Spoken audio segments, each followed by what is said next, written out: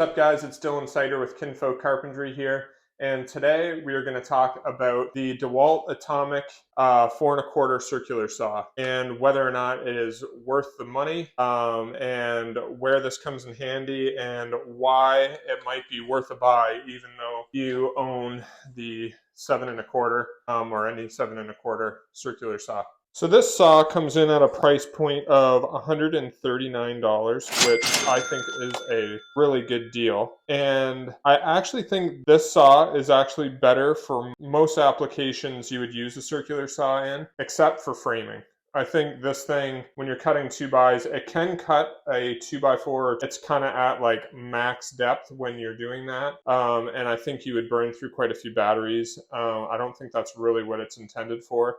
But where I think this tool outshines just a regular circular saw is things like sheet goods, ripping, 4x8 sheets or any sort of plywood.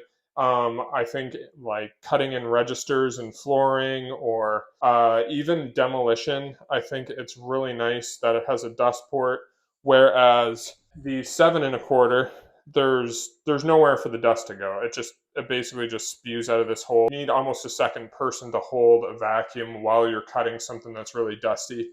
Whereas this, you can hook a vacuum up to it and it'll give you a hand to kind of get some of that dust out of the area you're working. Another reason I really like this saw is I'm right-handed, and when I cut right-handed, I have full visibility of the blade, whereas a typical circular saw, it's on the other side.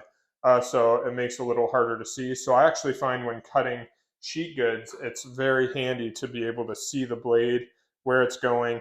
And I also like the long handle on it. Actually, I find like you can make quick adjustments because the blade is so small. You're only having to tweak a little bit of blade, 4 inches, and you have such a long handle that you can tweak it left to right to really, help you get a straight cut. Yeah, it's a great little saw. It's pretty ergonomic. And I find it has plenty of power. I don't think it runs out of power when you need it. And, like I said, I don't think the saw is designed for framing. I think if you're going to try to cut an LVL with it, it's going to struggle. All right, here's an example of like cutting. This is just a normal 2x6. I mean, you can see that it doesn't really bog down when using it. And I mean, it cuts it no problem, even ripping.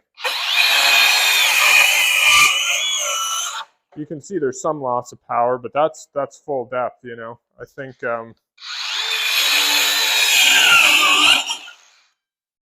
now that is a 5 amp hour battery on a full charge, so you're seeing that's probably the limit of what you're going to want to do with it.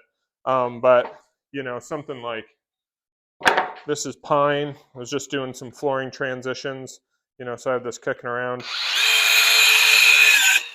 No problem at all. And I think the benefit of this is, at a 4¼ blade, you can get these blades pretty cheap, and you could get a really fine tooth blade for it if you wanted to do like really nice cuts with it. But I mean, for sheet goods and things, this thing is awesome. I've worked with people in the past who like to scribe things with a circular saw. I actually think this would be far superior than a big saw for scribing because it's so small and compact. I think like if you needed to cut baseboard or something and you wanted to scribe with this, even put it on a back bevel so that all you do is have to just tweak it with like a block plane or something. I think this thing would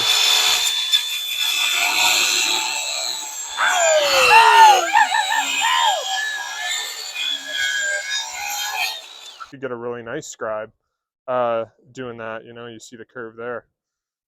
Just cut through my sawhorse. Another thing to note is that it does come with a fence. It has a little knob here for adjustment that you can just, tighten by hand. It has an Allen key on it, but it has a spring, so I feel like it kind of works as something you can do with your hand. Yeah, and just for making repeatable cuts, I think that is nice. I mean, most circular saws come with this, but like I said, something that's primarily meant, I think, for ripping sheet goods and things, it's very handy to have one.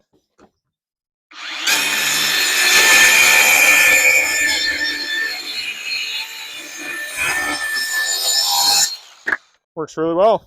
One of my last points with this, I think another big advantage of it to a 7¼ is I think if you're working in a very odd position, or you say you're like climbing up on a ladder, you're, working, off of a roof, you're cutting siding out, or have to cut, through fascia or anything like that, I think this thing comes into play here.